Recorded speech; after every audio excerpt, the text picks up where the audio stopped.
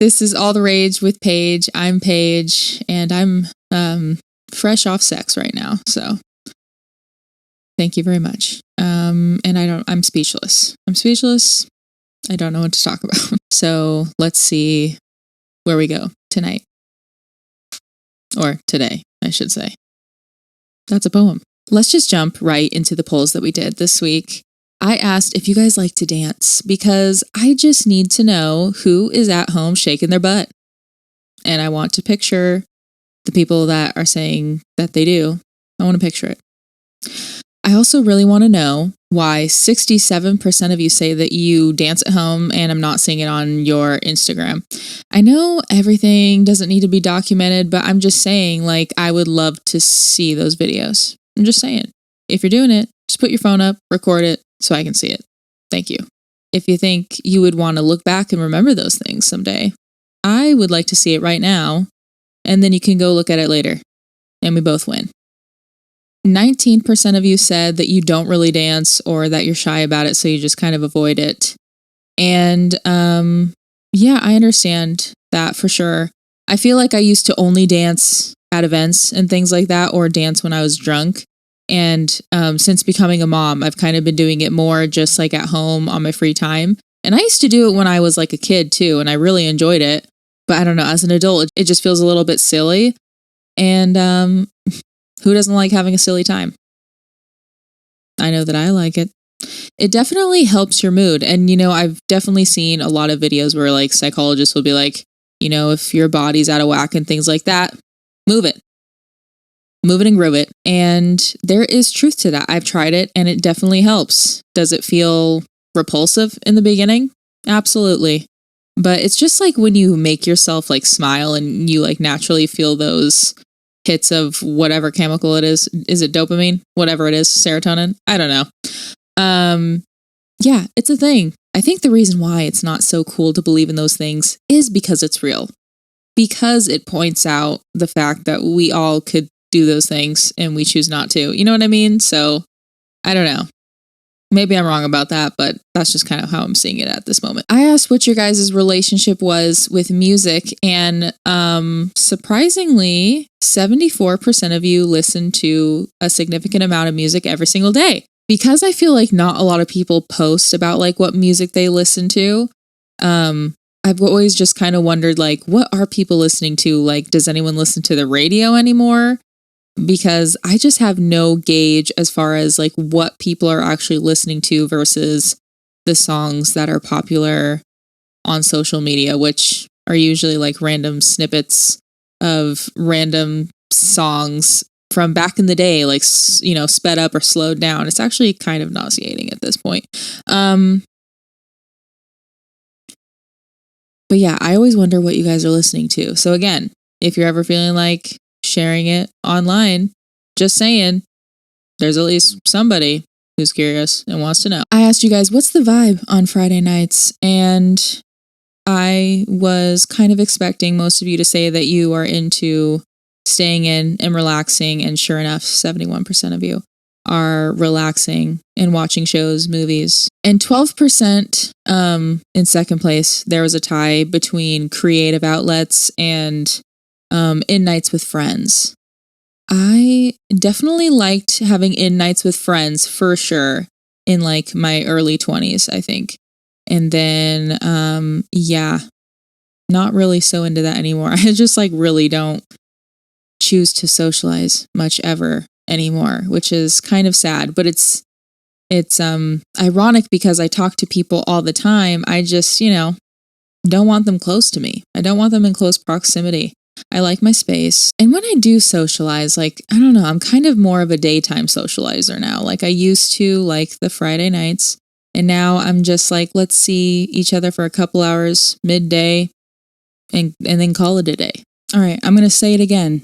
With these creative outlets that y'all are doing, I really want to see them. I don't know. I don't get why people are so shy about it. Like, I want to see it. I think a lot of people would want to see it. Even if it's not perfect, I love to see like, you know, the progression of learning or, you know, trying something new, getting inspiration in all those little ways. Like, I think a lot of us really underestimate like the power of our influence or the influence of the people that we have in our lives. Like, I recognized recently how much a friend that I made a couple years ago had impacted my life and really helped me become the person that I am right now. Like, just her support and the way that she talks to me and just the way that we connect with each other and understand each other just really impacted my life. I don't know. Am I going to cry? We really underestimate the effect that we can have on the people around us, and like also just in general, like the impact that our energy has everywhere that we go. One of my loves and lows this week was actually Costco, because I swear to God, I have the majority of my mental breakdowns at Costco. It has a direct effect on everything that we do throughout our day. Like, even I notice that, like, if I get anxious or nervous, I start rushing everything that I'm doing, and I end up making a lot of stupid mistakes, like dropping a cup or whatever it is, because, you know, the theme of everything that I seem to talk about on here is like being present. And when we're not like in our bodies in that moment and we're focused on those feelings of anxiety and things like that, yeah, I don't know, it just like transpires in everything around you. I asked you guys, what do you consume the most? And 39% of you said that you more so consume shows and movies. And that made me kind of excited. It made me more excited to try to really actually get into shows again, because I swear, like the last 6 months or so, I've just been so uninterested in everything that's been coming out. Like, I'll start things and I just never finish them. I'm just like, you know, I end up on my phone, I think, or I am doing these other hobbies and have something in the background. So it's just not grabbing my attention the way that it used to. But film is kind of one of my passions. It was my favorite classes that I took in college. So I would like to get into it again. And I think a way that I could do that is like looking up older films that I haven't seen yet. I'm sure there's a lot of things that I really need to watch. Like, one off the top of my head is The Sopranos. I still haven't seen that. At a close second was social media at 35%. I think that's what I answered, because I've just been like addicted to TikTok recently. So it's not something I plan on for, you know, the near future. I think I'm already starting to honestly get like genuinely disinterested in it. Like, it's just kind of getting boring to me at this point, which does tend to happen to me. Like, I just kind of switch off between all the things that I love pretty quickly. And I don't even think I noticed it because I rotate them so often that like I didn't even notice, because I'm like, no, I'm interested in all of those things all year long. And it's really just because I'm rotating through them like a freaking hamster on those live TikTok videos. I am curious though, those of you that do watch social media more than the other platforms, what are you doing on there? I ask because I feel like all of us engage with these platforms differently. Like on TikTok, I like strictly only look at the For You page. I like barely look at following. I will look at like when my friends make a TikTok, because, you know, I'm a supportive queen. And then with Instagram, I'm only looking at the stories. And really, I only look at a few people's stories, and I only follow a couple hundred people. So I really don't actually engage that much on that app versus like people I actually know. And it's where I'm definitely posting the most. Like, I'm posting on my stories constantly. Like, that is probably my main addiction as far as content creation. And I'm like consuming the most on TikTok right now, but I'm probably going to like delete the app off my phone just to like, you know, because I think like once I'm off of it, I'm going to forget about it, because that's how it's been in the past. When I'm like off TikTok, I'm never on it. When I'm on it all the time. Let's go over some of the loves and lows that I picked this week. The first loathe is spoilers. I know a lot of you are watching Vanderpump Rules and what's the other one? Love is Blind. Those are probably the big ones right now. And it's just inescapable. If you were online, like, you are bound to find spoilers. And it's just gotten so out of hand the past like year or two. I mean, they've always been around, right? But usually you have to like seek them out. And nowadays you go on the homepage of any platform and you're going to see something. But when I'm watching the shows now, because I know what to expect, like I'm a little interested, of course. Like I want to see clues to finding out what's going to happen. But I definitely find myself just like feeling like I'm wasting my time, which is true. I mean, I guess I am regardless, but there's less points of conversation, less points of shock value. Like, I don't know. It's kind of ruining the experience, in my opinion. I wonder what you guys feel about it. The thing that is exciting about it, I would say, is hearing all of the opinions surrounding it. I like that it builds more content. There's more things to talk about with your friends leading up to it. You know, it does make the fire burn longer, but yeah, I don't know. I guess it's just weird to experience it before really experiencing it. A love and a loathe is impulse purchases. You know, I love the thrill of it, but yeah, I hate buyer's remorse. I get buyer's remorse a lot.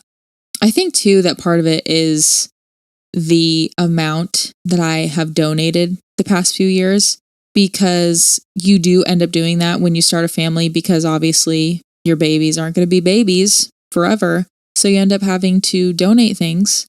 So I think it's just really opened my eyes to how much we don't really use for that long. And yeah, so it's like I like the enjoyment of getting convenient things and all of that. But yeah, the reality of like, okay, I need to be very conscious about this decision, because I do not want to keep bringing stuff in the house that I'm going to donate a year later. I'm over it now. I'm really over it now. And that's a plus about having a smaller house. I like having a smaller house because there's not enough room for just bullshit you're not going to use very much. A loathe is burns and cuts. I don't know what it is, but I have just been cutting and burning myself a lot lately. It's really a pain because, you know, I wash my hands a lot. So if I'm wearing a Band-Aid, wet Band-Aids, disgusting. And then if I'm not wearing it, it's just stinging all day when I'm washing my hands. So, you know, it's just a lose-lose. Another love and loathe is the algorithms. Specifically TikTok, because it's just a little too good sometimes. Just a little too good, to the point where, I don't know. Sometimes I question my own reality, because I'm like, am I choosing my life, or is TikTok choosing it? I have a thought, it appears on TikTok, and then I don't remember. I don't know. I was so impressed by that rhyme that I lost it. But yeah, it's like I love what it's doing for me. It's kind of like the convenience of going to the store instead of having to grow the food yourself. It's like, I love this. I know it's slowly killing me, but so is everything else. So do I just enjoy it? Another love and loathe. Lots of loves and lows. There's a lot of balance this week. But yeah, another one is romance novels. They're easy to get into. I love that every time you open it up, whatever you forget, you really ain't missing much. The thing that I don't like about them is the cheese factor. But then also, why does every romance novel have to have like very abusive relationships, and it's like romanticized? Is abusive relationships the only ones that have enough drama for a book? I don't know. Please let me know if you have a romance novel that is not toxic or abusive, because I feel like I've yet to find one that isn't. I'm not even joking. I cannot think of one. Here's a love, sexy selfies. I can't get enough of them. Every day I'm like, I look good. I feel good. Why not post about it? The more that I perceive myself as being sexy and hot, just like the more I emulate it in my everyday. So it's like, I think part of me is scared if I don't do it, I'm going to like lose the flow of it. But I think there's definitely way more ways to do it. So I guess I'm not exactly saying you have to do a sexy selfie. So if that's not the thing for you, that is obviously fine. But yeah, it's worth thinking of like, what things do make me feel a little more sexy? Like for me, other things would be like putting makeup on. That can definitely help me feel a little more sexy. Wearing certain clothes, or even dancing. So yeah, I just love those things that make you feel a little more confident and sexy. And I feel like we don't do those things enough. All right, well, we had some technical difficulties with my camera, so now we're using my phone. I only had one more love for the week, and it was starting a new book. I have been very indecisive about what book to read, and I've just noticed I've had this problem ever since reading again as an adult. I just never want to stop starting a new book. It's so addicting. Speaking of which, I'm going to read a book right now. I love you guys so much, and I'll see you next week. Bye.